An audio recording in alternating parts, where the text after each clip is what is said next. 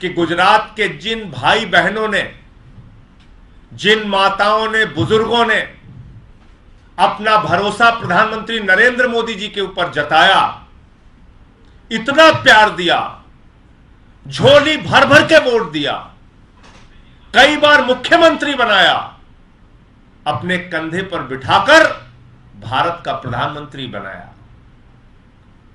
यह उन गुजरात के भाई बहनों के साथ भ्रष्टाचार का मामला है, लूट का मामला है, डकैती का मामला है, उनके जेब काटने का मामला है।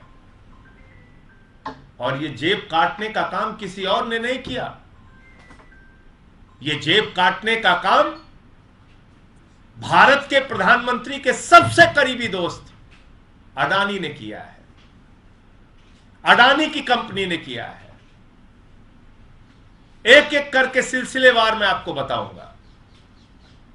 जब भारत के प्रधानमंत्री नरेंद्र मोदी जी 2007 में गुजरात के मुख्यमंत्री थे, उस वक्त उन्होंने अडानी के साथ एक समझौता किया और कहा कि गुजरात के लोगों को बिजली देना है, किस रेट में दोगे? अडानी ने कहा 2 रुपए 25 पैसे प्रति यूनिट, 25 साल तक इसी रेट में आपको बिजली दूंगा। यह एग्रीमेंट साइन हुआ, पावर परचेज एग्रीमेंट, पीपीए। कब साइन होता है? 2007 में। कब? जब भारत के प्रधानमंत्री गुजरात के मुख्यमंत्री थे। और अचानक वो अडानी अपने वादे से पलट जाता है, वो अडानी अपने समझौते से पलट जाता है, वो अडानी अपने किए गए एग्रीमेंट से पलट जाता है। 2018 में गुजरात की सरकार के साथ एक एग्रीमेंट साइन करता है कि साहब हमको कोयला बहुत महंगा खरीदना पड़ रहा है, कोयले का दाम बड़ा महंगा हो गया है, दुनिया के तमाम देशों से हमें कोयला मंगाना है, और जब हम महंगा कोयला मंगाएंगे तो बिजली महंगी होगी, इसलिए आपको महंगे दाम हमको देने पड़ेंगे। गुजरात की सरकार ने कहा जी हुजूर, क्यों, हमारी तो हिम्मत ही नहीं है, आप मोदी जी के दोस्त हैं, हम कैसे मना कर सकते हैं, बिल्कुल देंगे आपको। लेकिन कुछ बातें उसमें लिख दी उन्होंने।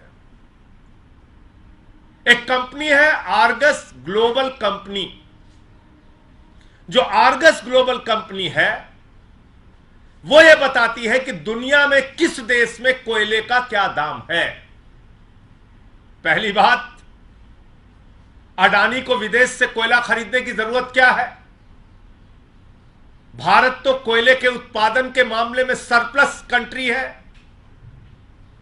भारत तो पिछले साल का आंकड़ा आप उठा के देखेंगे तो 30% कोयले का उत्पादन भारत में बढ़ा है। भारत में जो कोयला खरीदा जाता है वो 2000-3000 रुपए टन राज्य सरकारों को मिलता है।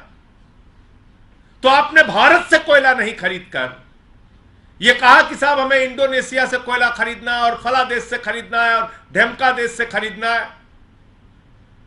लेकिन उस चिट्ठी में एक शर्त लिखी गई और यह कहा गया कि जो भी कोयले का रेट निर्धारण होगा वो आर्गस ग्लोबल कंपनी के द्वारा जो रेट बताया जाएगा दुनिया के देशों में कोयले का, उसके हिसाब से आपको पेमेंट किया जाएगा। यह समझौता तय किया गुजरात की सरकार और अडानी ने मिलकर, और पेमेंट होता रहा। हैरान होंगे आप सुन के, 2018 से 2023 तक पेमेंट होता रहा। अडानी ने कहा इतने में कोयला खरीदा, बोले जी हुजूर लीजिए पैसा, बोले इतने में खरीदा, बोले लीजिए हुजूर पैसा लीजिए, बोले इतने करोड़ में खरीदा, बोले लो पैसा लो। 13,802 करोड़ रुपए गुजरातियों के जेब से निकालकर अडानी की जेब में भर दिया गया। जो भी अनाप शनाप रेट बताया, हैरान करने वाली बात है कि इतनी शक्तिशाली गुजरात की सरकार, एक गुजरात के मॉडल की बात करने वाली गुजरात की सरकार, कोई अडानी की कंपनी वाला जाके कहता है हम इतने करोड़ में कोयला खरीद रहे हैं, सरकार मान जाती है? वो आर्गस कंपनी के ग्लोबल रेट से वेरीफाई नहीं करती, वो जांच नहीं करती कि आर्गस का क्या रेट था, क्या बता रहा था वो उस वक्त की इंडोनेशिया में कितने का कोयला था। कोई वेरिफिकेशन नहीं, कोई जांच नहीं। अडानी ने बिल बना के दिया, पेमेंट हो गया। फिर आपको याद है हिंडनबर्ग की रिपोर्ट आ गई। हिंडनबर्ग की रिपोर्ट ने बताया इतना भ्रष्टाचार हुआ है, इतना भ्रष्टाचार हुआ है, इतनी लूट हुई है, अडानी ने इतना भ्रष्टाचार किया है। सुप्रीम कोर्ट में मामला पहुंच गया। जब सुप्रीम कोर्ट में मामला पहुंच गया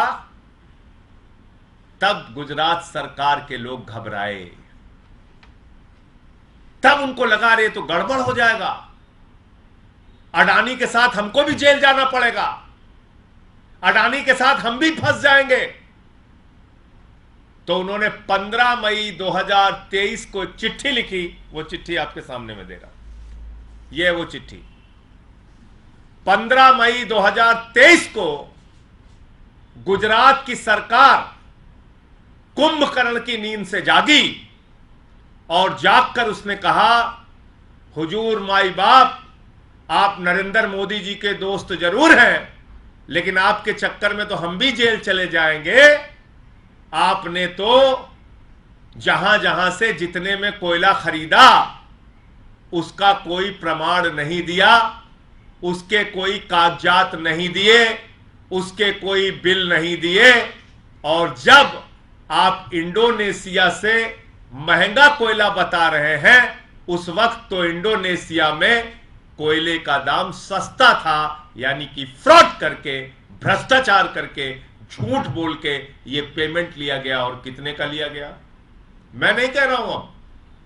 अब ये 15 मई 2023 को गुजरात की सरकार अडानी से कह रही है कि हुजूर माई बाप, आपने गुजरातियों का 3,802 करोड़ रुपए लूट लिया है।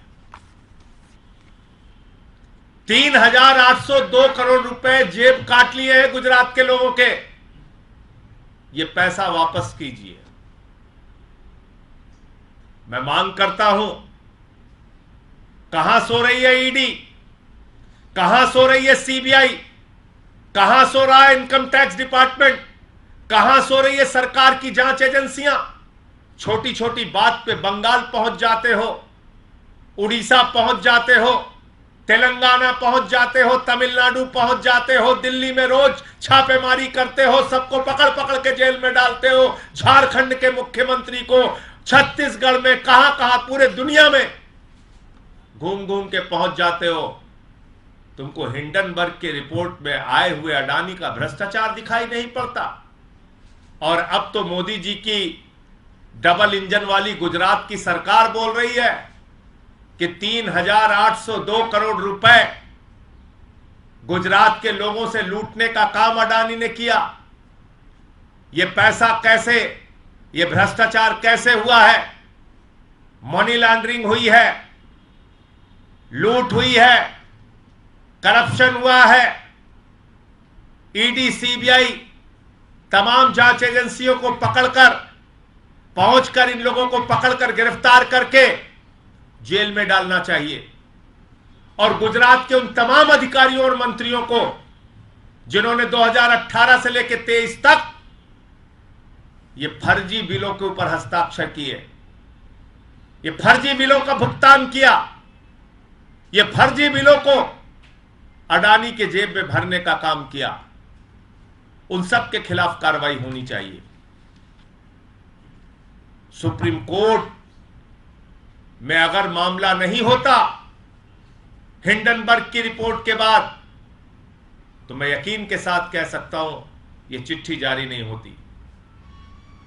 मेरा 3 सवाल है। जब 2007 में 25 साल तक 2 रुपए 25 पैसे की प्रति यूनिट बिजली देने का एग्रीमेंट साइन हुआ था, तो 2018 में किसके दबाव में, किसके कहने पर वो एग्रीमेंट परिवर्तित हुआ और ज्यादा दाम देने की बात तय हुई? मेरा दूसरा सवाल, जब ये 5 साल तक अडानी अपना बिल लगाता था, बढ़े हुए दाम कोयले के दिखाता था, तो गुजरात सरकार के अधिकारी और मंत्रियों ने उसकी जांच क्यों नहीं की? अंतर्राष्ट्रीय स्तर पे कोयले का दाम क्या है पता क्यों नहीं किया? 10वीं क्लास के बच्चे को अगर आप कह दीजिए कि भारत में कोयले का दाम क्या चल रहा है, वेबसाइट पे जाएगा, अभी बता देगा आपको। 10वीं क्लास के बच्चे से पूछ लीजिए इंडोनेशिया में इस वक्त कोयले का दाम क्या है, वेबसाइट पे जाएगा, अभी आपको बता देगा। ऑस्ट्रेलिया में कोयले का दाम क्या है, वेबसाइट पे जाएगा, अभी आपको बता देगा। गुजरात की इतनी शक्तिशाली सरकार, अडानी कोई भी रेट लिखकर देता रहा और वो मानते रहे और पेमेंट करते रहे। ये किस प्रकार का भ्रष्टाचार है? ये किस प्रकार की लूट है? ये किस प्रकार की डकैती डाली गई है गुजरात के अंदर? तो इसलिए मेरा तीसरा प्रश्न है कि अब तक इस मामले में खामोशी क्यों थी, चुप्पी क्यों साधे हुए थी सरकार? और ED, CBI, income tax department जो हर बात पे फर्जी तरीके से भी मामला बनाकर लोगों को गिरफ्तार करने की होड़ में लगी रहती है, ऐसे मसलों पर आंख पर पट्टी बांधकर धृतराष्ट्र क्यों बनी हुई थी? इसका जवाब सरकार को देना चाहिए। ये पूरा प्रकरण गुजरात से संबंधित है और आपको याद दिला दूं कि वही अडानी है, जब बिजली की क्राइसिस हुई गुजरात में, तो उस वक्त ज्यादा पैसे में दूसरे राज्यों को भी बिजली बेच रहा था। यानी गुजरात के एग्रीमेंट का भी वायलेशन किया इसने, उस पर भी कोई कार्रवाई नहीं हुई। तमिलनाडु में भी ऐसा भ्रष्टाचार इसने किया था।